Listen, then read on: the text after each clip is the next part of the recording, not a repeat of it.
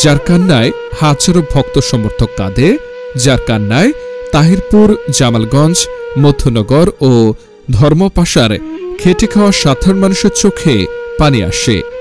বলছিলাম সুনামগঞ্জ ১ আসনের আনিসুল হক আনিসের কথা, যার রাজনীতির পথ চলা ছাত্রজীবন থেকে। সেই মানুষটি ফ্যাসিস্ট সরকারের দীর্ঘ ১৭ বছরের মামলা, হামলা, নিপীড়ন ও নির্যাতনের শিকার হয়েছিল।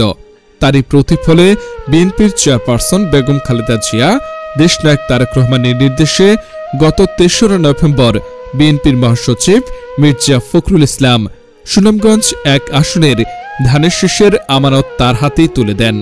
তিনি আর কেউ নয়, তিনি সুনামগঞ্জ ১ আসনের আমজনতার পরম শ্রদ্ধাভাজন শেষ আশ্রয়স্থল জননেতা আনিসুল হক আনিস। গতকাল ২৮ নভেম্বর শুক্রবার তাহিরপুরের বাদাঘাট বাজারে এক বিশাল পথসভা অনুষ্ঠিত হয়। উক্ত পথসভায় প্রধান অতিথি ছিলেন সুনামগঞ্জ ১ আসনের ধানের শীষ মনোনীত প্রার্থী জনাব আনিসুল হক আনিস। সভাপতিত্ব করেন বাদাঘাট ইউনিয়ন বিএনপির সদস্য সচিব নজরুল ইসলাম শিকদার। সঞ্চালনায় ছিলেন উত্তর বড়দল ইউনিয়নের সভাপতি শফিকুল ইসলাম। উক্ত পথসভায় আরও উপস্থিত ছিলেন তাহিরপুর উপজেলার বিভিন্ন ইউনিয়ন থেকে আগত নেতৃবৃন্দ। প্রধান অতিথির বক্তব্যে আনিসুল হক আনিস বলেন, আমরা টিটিসি ভবন ফেরত চাই, তাহিরপুরে চাই, জামালগঞ্জে চাই, মধ্যনগরে চাই ও ধর্মপাশায় চাই। আমাদের দেশনায়ক তারেক রহমান কথা দিয়েছেন, যদি ধানের শীষে ভোট দিয়ে আপনারা এদেশের প্রধানমন্ত্রী করেন, তাহলে এই টিটিসির মাধ্যমে যুব সমাজকে প্রশিক্ষণ দিয়ে ১ কোটি মানুষের কর্মসংস্থানের ব্যবস্থা করবেন।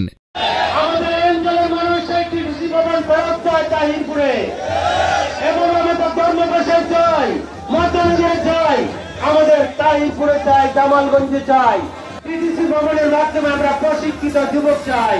আমাদের প্রিয় নেতা কথা দিয়েছেন, আপনাদের ভোটের মাধ্যমে যদি এই অঞ্চল থেকে ধানের শীষকে বিজয়ী করেন, জাতীয় সংসদে যদি আপনারা নির্বাচিত প্রতিনিধি হিসেবে পাঠান, আপনাদেরকে আমাদের প্রিয় নেতা সরকার যদি বিএনপি সরকার হয়, আপনাদের জন্য, আপনাদের ছেলে মেয়েদের জন্য ১ কোটি বেকার যুবকের কর্মসংস্থানের ব্যবস্থা করবে।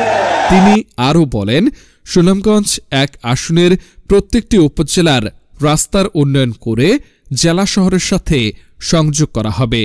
এই এলাকার অধিকাংশ মানুষ কৃষি নির্ভর, তাই স্থায়ী বেড়িবাঁধের মাধ্যমে খেটে খাওয়া কৃষকের ফসল কিভাবে রক্ষা করা যায় তার ব্যবস্থাও করা হবে। বক্তব্যের শেষে হাজার হাজার ভক্ত সমর্থকের মাঝে ৩ বারের সফল কারারুদ্ধ নির্যাতনে অসুস্থ বেগম খালেদা জিয়ার জন্য দোয়া চান। এ সময় তিনি আবেগ আপ্লুত হয়ে কান্নায় ভেঙে পড়লে সমাবেশ স্থলে উপস্থিত হাজারো ভক্ত সমর্থকরাও আবেগে আপ্লুত হয়ে পড়েন। পাশাপাশি দেশনায়ক তারেক রহমানের দীর্ঘায়ু কামনা ও মরহুম আরাফাত রহমান কোকোর রুহের মাগফিরাত কামনা করেন।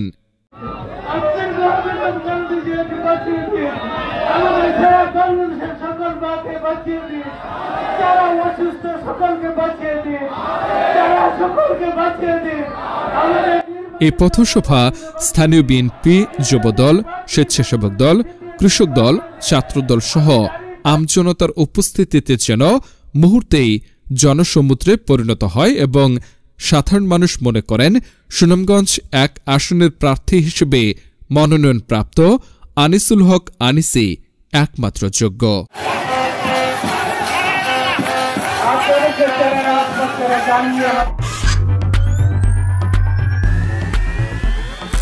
দৃষ্টিকোণ সংবাদ, সত্যের গভীরে বিশ্লেষণে বিশ্বজয়।